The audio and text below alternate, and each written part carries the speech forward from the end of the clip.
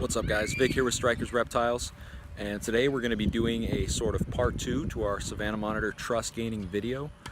We received a tremendous amount of feedback after that video from new and old keepers alike, and there were just so many questions and so many more details that I thought of after creating the video that I figured, you know what, we should go ahead and make a part 2. So guys, easily my number one concern when it came to feedback we got from that first video was the fact that a lot of the feedback we received and follow-up questions that we received were from keepers who had not had their Savannah Monitor for more than a week or two. Nothing wrong with asking questions at that stage. However, the reason that I said it was a concern is that basically when you first get your Savannah Monitor, you've had it a week, 2 weeks, a month. The first priority should really be the health and longevity of your monitor. Bonding with it and gaining its trust should really be towards the bottom of your priority list. I get that it's what everyone wants to do, because you get a big lizard and you're like, I want this thing to be my friend, this vicious killing machine. I want it to be friends with me. Well, okay, you got to manage expectations before you do that. First, you need to focus on making sure it's healthy. A lot of monitors of all species are wild caught, especially Savannah monitors.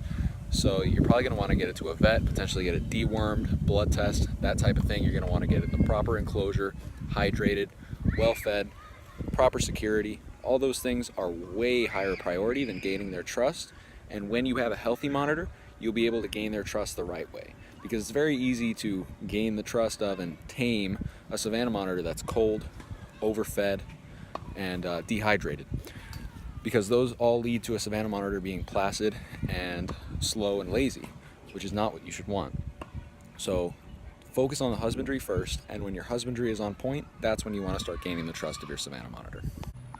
So if you've got a new Savannah monitor, my suggestion to you would be give it about 30 days or longer before you go about the trust gaining process. Just give it time to adjust to its new environment.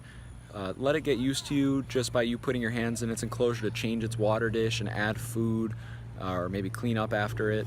Let it get used to those sort of processes before you want this thing to be climbing all over you and you guys are best friends and it never bites you.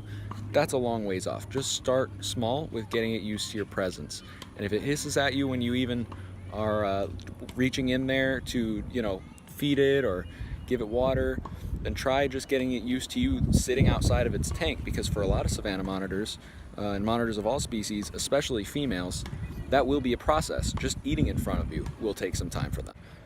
Another reason that you don't want to try and have your Savannah monitor acclimated too soon or start trying to gain its trust too soon is that if you receive a negative reaction when you go to start some trust gaining exercises, say you reach your hand in there to pet it and it charges at your hand or it hisses at you. Now, when it hisses at you and you pull your hand away, you're actually now reinforcing that a good way to get your hand to go away is to hiss at you. So you're actually reinforcing a bad behavior when you put your monitor in a situation where it's uncomfortable and has to feel defensive. And that brings me to another point on Savannah monitor trust gaining that I do want to talk about, and that's managing expectations.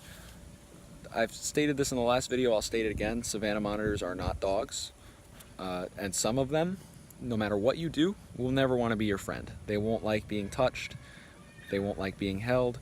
As a matter of fact, very few healthy Savannah monitors or monitors of any species actually enjoy being restrained.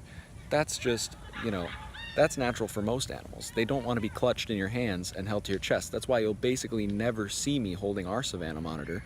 I more enjoy being near her and having her walk around beside me. And if you're getting into monitors, you need to manage your expectations and realize that if you properly maintain this animal, it's probably not going to like cuddling with you. There's way too much content on YouTube of people force handling their monitors. I actually had an individual tell me one time that they got their monitor to stop biting them by goading it into biting them, and then they would hold its mouth onto their finger. That is ridiculous, guys. It doesn't even work with dogs.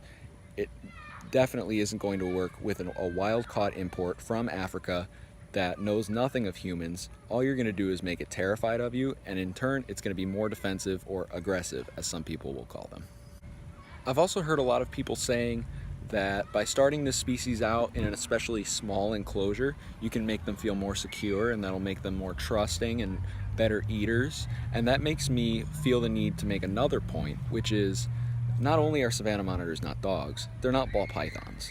You can't keep them in a confined area that resembles a termite mound or a burrow in the hopes that it will make them more secure.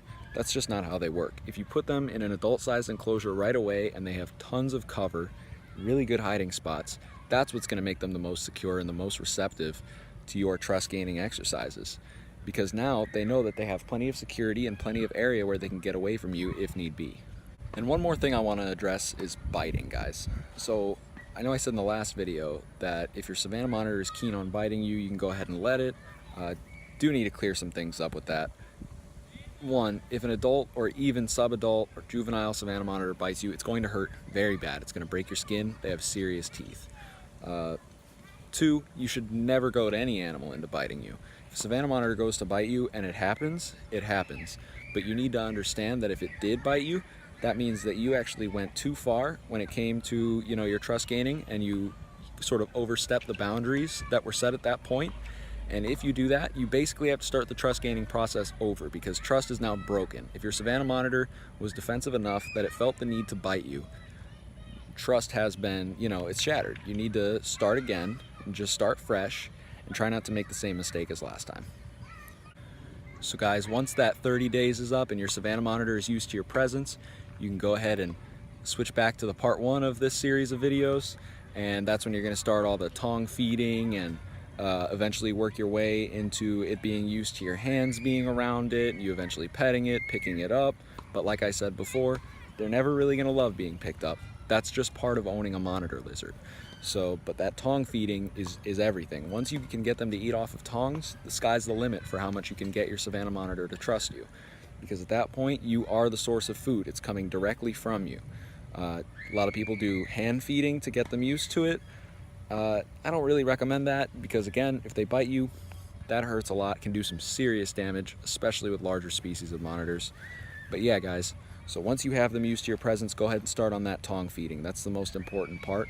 And I hope this part 2 of gaining the trust of a Savannah monitor cleared a lot of issues up that people might have had in the first one.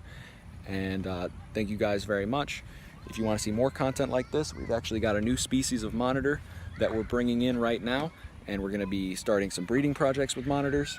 So if you want to stay up to date on all that, along with some enclosure builds for monitors, please go ahead and subscribe, hit that bell so you're notified when we put up a new video. And thank you guys very much. Have a great day.